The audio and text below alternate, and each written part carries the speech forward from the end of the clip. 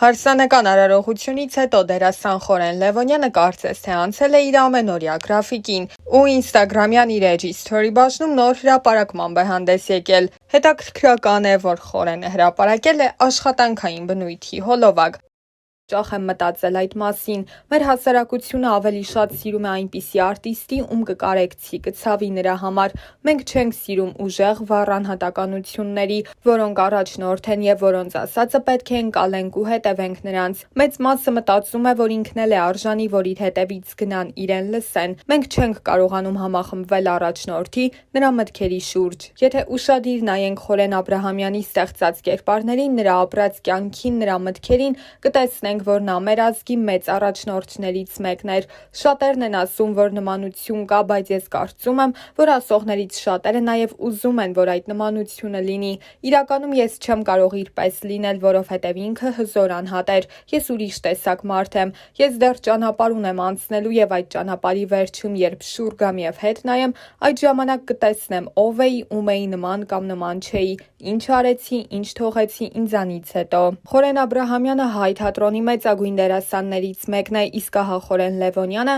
մանավանդ վերջին շրջանում հաճախ հանդես չի գալիս ներկայացումներում, փոխարենը ավելի շատ հեռուստատեսությունում կամ սերիալներում է նկարահանվում։ Եվ անդրադառնալով թեմային, թե արդյոք չի ուզում թատրոն վերադառնալ, դերասանն ասել էր. Սունդուկյանի թատրոնում էի աշխատում, հետո ժամանակի սղության պատճառով դուրս եկա։ 2020 թվականից հետո ինձ համար շատ բան է փոխվել։ Հիմա ինչով էլ որ զբաղվեմ, ուզում եմ նվիրված լինի մեր պայքարին, այն խնդիրներին, որ մեր երկրում առկա են։ Ուզում եմ այդ ուղղությամբ շարունակել, մնացած բաներն այս պահին ինձ խորթ են թվում։ Չեմ կարողանում ուրիշ բանի վրա կենտրոնանալ։ Նախ թատրոնները պետք է պետական պատշաճ հովանավորություն ստանան։ Ամոթ է, երբ ամենացածր աշխատավարձը ստանում են դերասանները։ Դերասաններն էլ երեխաներ ունեն, որոնց կարիքները պետք է հոգան, այնինչ ստանում են 90-ից 120 հազար դրամ աշխատավարձ։ Ցանկացած ֆուտբոլային ակումբի պահեստային խաղացող 4 անգամ ավելի շատ է ստանում։ Բավականին շատ դերեր կան, որ կուզեի խաղալ թատրոնում, եթե Աստված հաջողի եւ ֆինանսական ներդրում կամ հովանավորություն լինի,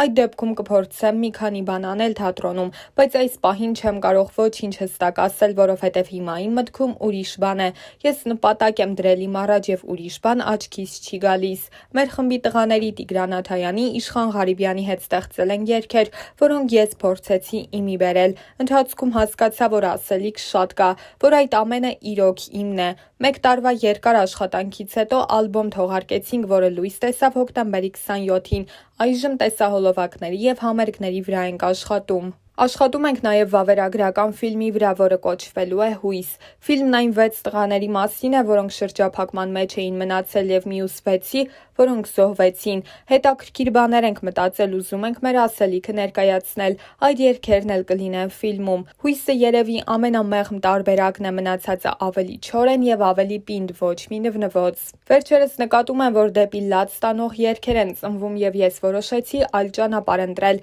որպեսզի բացը լրացնեմ։ Պետք է ուժեղ ու պինդ երգեր լինեն, որոնք գուցե մտածելու եւ տխրելու տեղիք տան, բայց նաեւ ոգի բարձրացնեն ու ամրացնեն։ Ալբոմը սկսում է մեր մանկությունից 1992 թվականից։ Դրանք ուղղակի երգեր չեն, նրանցում գեղարվեստական ֆիլմին բնորոշ գծեր կան։ Երգերն այնպես եմ հավաքել, որ ունենան սկիզբ, ընթացք եւ զարգացում։ Պետք է առաջինից մինչեւ 8-րդը լսես այդ երգերը, որ մտքիդ թելը չկտրվի եւ հասկանաս, թե ինչ ենք ուզում ասել։ 2020 թվականի տարվա առաջին կեսը նորմալ էր, երկրորդ մասից հետո բոլորիս կյանքը փոխվեց։ Ես նման վատ տարի չեմ ապրել, փորձել եմ չհանրայնացնել, չբարձրաձայնել այն, ինչ իմ ուժերի ներածին չափով արել եմ այդ ընթացքում։ Մենք անցանք այդ ամենի միջով եւ հիմա ժամանակն է, որ դասեր քաղենք եւ հասկանանք մենք ինչ ենք ուզում, ինչ սերունդ ենք ուզում դասյարակել, ինչպես մարդկանց սփոփենք։ Պետք է շարունակել ապրել, բայց ոնց ապրել, ինչ ուղղություն բռնել, ուր գնալ։ Սրանք հարցեր են, որոնց պատասխանները դեռ պիտի գտնենք։ Սպիացած վերքերով հանդարտ պետք է շարունակենք անել այն գործը,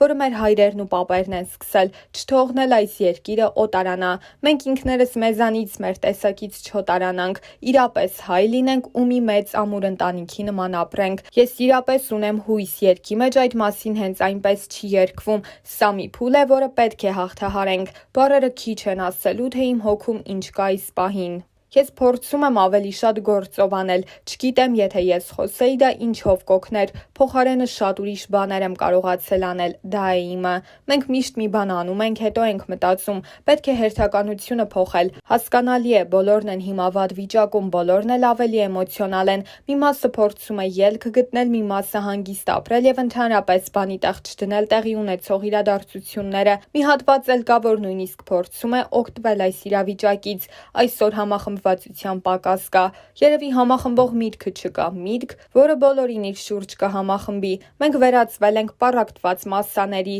Ցավոք, այս ամենը մեր պատմության տարբեր ժամանակահատվածներում արդեն տեսել ենք եւ անհրաժեշտ պահին չենք կարողացել մեկ բռունցք դառնալ։ Երբ 2006 թվականին մի վախեցիր հեռուստասերիալում նկարահանվեցի, սկզբում ուրախացա, որ նման ֆիլմ կա պատերազմի մասին արձագանքները շատ էին։ Հետո տխրեցի, որովհետև անցանք տասնամյակներ, ու մենք 2 կամ 3 ֆիլմ ունեցանք պատերազմի մասին, չկարողացանք մեր հերոսների մասին ֆիլմ նկարել, չկարողացանք սովորական երիտասարդ տղայի մասին պատմել, ով սխրանք է գործել։ Արցախյան առաջին պատերազմի ժամանակ ոչինչ չարեցինք։ Մենք կարող էինք մշակույթով, թատրոնով, ֆիլմերով դասյարակել լավ քաղաքացի, լավ հայ, լավ ծնող, բայց մենք շարունակում ենք ոչինչ չանել։ Երևի պատճառը խորը չմտածելու հետևանք է։ Մենք պետք է շատ ավելի հեռահար մտածենք, քան 2-3 ամիսն է։ Գոնե 20-30 տարի պետք է աչքի առաջ ունենանք։ Հրեաները մշակում են 100 տարվա ծրագիր եւ երբ մեկը մահանում է,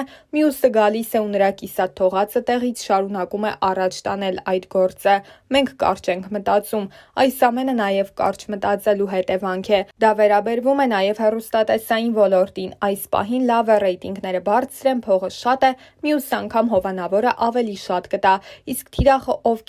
ովքեր են նայում այդ հեռուստասերիալները, տնային տնտեսուհիները, որոնք այդ հոգեբանությամբ էլ երեխա են դաստիարակելու, տարիներ անց նրանք այդ երեխաներին հասարակությանն են տալու։ Մենք ոչ մի բան չունենք, չգիտենք 15-րդ դարի հայը ինչ միտք է ունեցել, չգիտենք նրա գլխում ինչ է կատարվել, շարժ ու ձևը, հագ ու կապը ինչպիսին են եղել, իսկ այդ ամենը կարելի է ներկայացնել ֆիլմերով։ Իրականում մենք չգիտենք, թե ով ենք մենք։ Մենք միայն 20-րդ եւ 21-րդ դարի հայն ենք, այնքան հիանալի ֆիլմեր կարելի էր նկարել։ Հաճախ եմ գնում Կոմիտասի անվան Պանթեոն, ամենաթանկ տեղն է ինձ համար։ Այնտեղ ննջում են մարդիկ, որոնք բազմաթիվ խնդիրներ են ունեցել միայն այն պատճառով, որ սիրել են իրենց հայրենիքը, տառապել կամ պատժվել են միայն հայրենիքը սիրելու համար։ Նրանցից յուրաքանչյուրի մասին գոնե մի գործ նկարված լիներ, մեր ուղեղները, ճաշակը, մեր վարքն ու բարքը այսօր հաստատ ուրիշ կլինեին։ Իսկական հայ տղամարդու տեսակը երևի այն մարդն է, ով անվերապահորեն սիրում է այն ամենը, ինչ կապված է Հայաստանի հետ, բարի է, ներողամիտ է, լավ քաղաքացի է։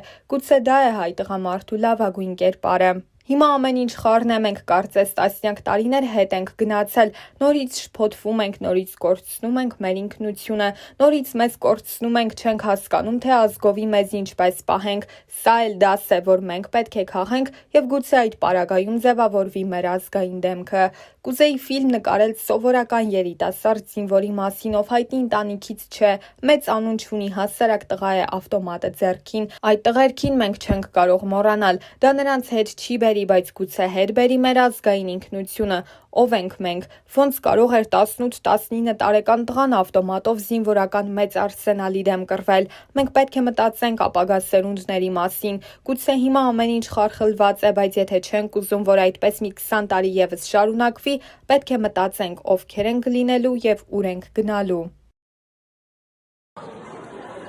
Սիրելի բարեկամներ, սիրելի հայեր, ես շատ շնորհակալ եմ բոլոր ջերմ խոսքերի համար։